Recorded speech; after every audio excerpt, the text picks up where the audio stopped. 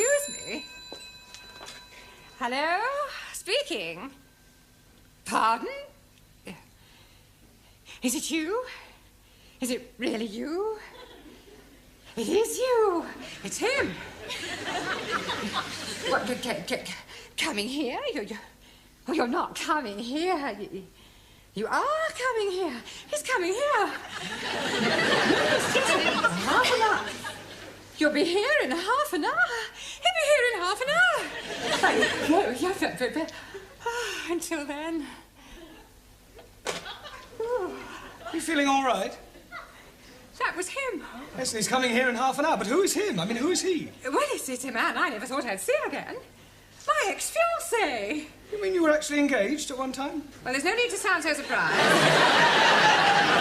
But it was over 25 years ago. I mean, I was just... Well, I was very young. I met him at Oxford, in the High. It was raining, he offered me shelter under his umbrella, and he insisted on buying me a cup of tea and a sticky bun. How romantic. Yes, well, that was how it all started. Why didn't you get married? Oh, it was awful. He left me. Well, at the church? In a lurch. Oh, Mr. Brown, I have never told anyone this before. Oh, well, if you'd rather not. No, sit down. Well? For years I have kept this terrible secret to myself. Now he is coming back into my life again, and I feel I must tell someone, and I think I can trust you, Mr. Brown. Well, I'd rather not if it's going to cause any embarrassment. Oh, it won't embarrass me. Yeah, but it might embarrass me. No, I'm sure it won't. Well, anyway, he, asked me to go down to Brighton with him for one of those, you know, weekends. Oh, double room, Mr. and Mrs. Smith? Exactly. And you refused? Oh, no, I went. I even remember the hotel. The Bella Vista, opposite the abattoir. Very Bella Vista. Well, we booked in, and Albert, being the thoughtful man he was, he let me go upstairs first to prepare myself, as it were, whilst he had a drink in the bar. Getting up a bit of Dutch courage, eh? I beg your pardon. Oh, you were such a lovely person waiting to be, What happened then? He didn't turn up. He got drunk, passed out, and spent the night on a settee in the residence lounge. How despicable. Well, I went home and I refused ever to see him again. I heard later that he was working in the Far East. But I must admit, I have always cherished a secret hope that he might one day come back. The day my prince will come. Enter! You feeling all right? Yes, why? You sound as if you were in pain. I was singing.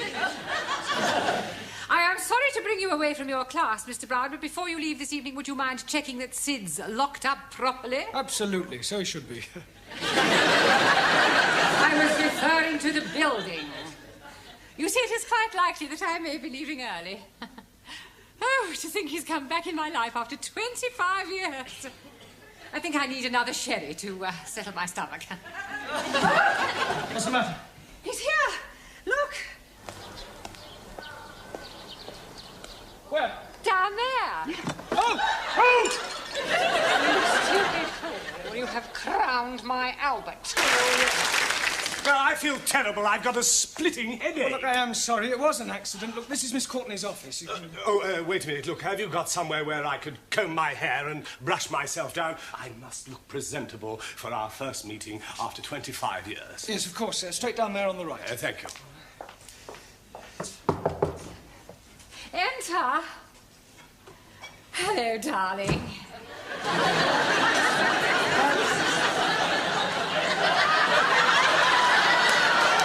It's you. Oh, where's Albert? You haven't pushed him down the stairs, have you?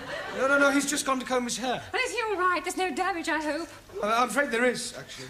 Oh, dear. Is it bad? Well, the plant pot's broken. I was referring to Albert. Oh, Albert. No. He's fine. I'll get it. Darling! Oh, it's you. Yes, this is Darling. Ms Courtney. Albert! Dolores! Dolores? Haven't you a class to attend to? Yes, of course, darling. Dolores. Excuse me. Another cup of tea, Albert. No, thank you, Dolores. A glass of sherry, perhaps? No, I don't drink now. I've given it up. It's a very bad habit. Oh, you're so right. I only keep it for visitors.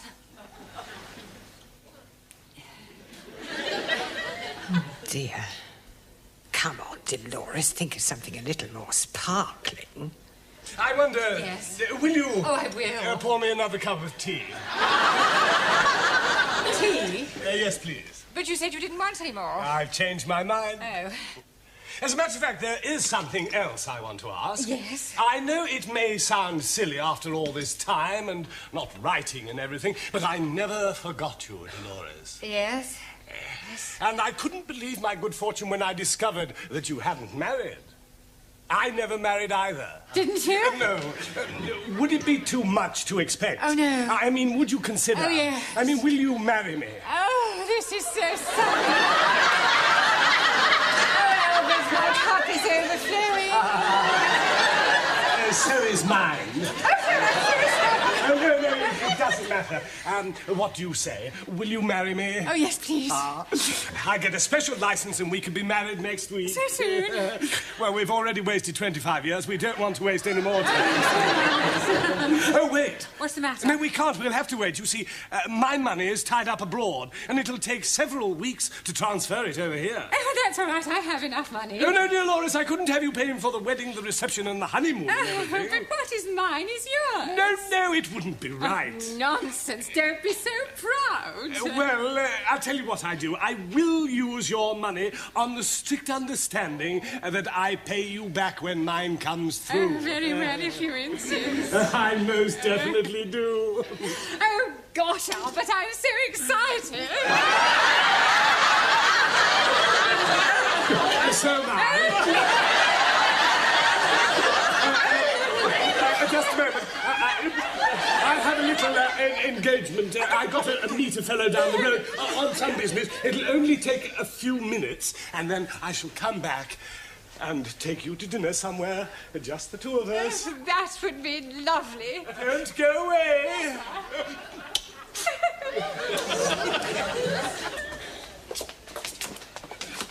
Why were you going?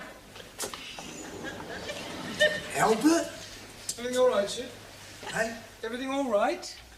I've just seen a fellow I haven't seen for years, Albert Collins. Oh, Albert, Miss Courtney's boyfriend. Never. Yes, true. He's a crook, he's a con man. Oh, you must be mistaken. He's just come back from the Far East. He's been away for 20 years. He's been away all right, doing some porridge. And he's been in prison. He was in the nick with my brother-in-law. He's in and out of there like a fiddler's elbow. Do you know what his speciality is? Finding lonely women, asking them to marry him, taking their life savings and scarpering. I'm getting married in the morning. Enter. Ding dong, the bells are going to try. Miss Courtney, I'm afraid I've got some rather disturbing news. Oh, nothing you could say to me today would disturb me, Miss Brown. Well, I think this might. It's about Albert. Ah, Albert, my future husband. Yeah, you see, I've just been talking to Sid and... Husband? Yes, we're getting married by special license. Oh, no. Oh, now, Mr. Brown, I know you're fond of me, but you mustn't take it to... Has he tried to borrow any money from you?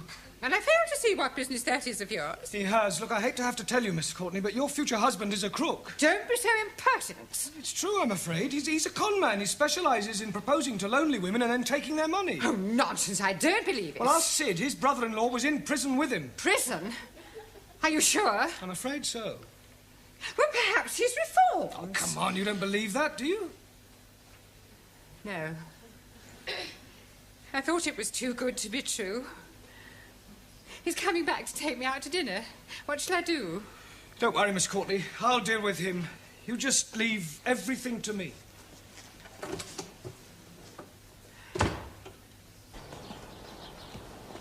Ah, I've got a message for you from Miss Courtney. Oh, yes? Push off. What? Look, I know all about your little game, so I advise you to get lost quick before I throw you out. You and whose army? Me and this army.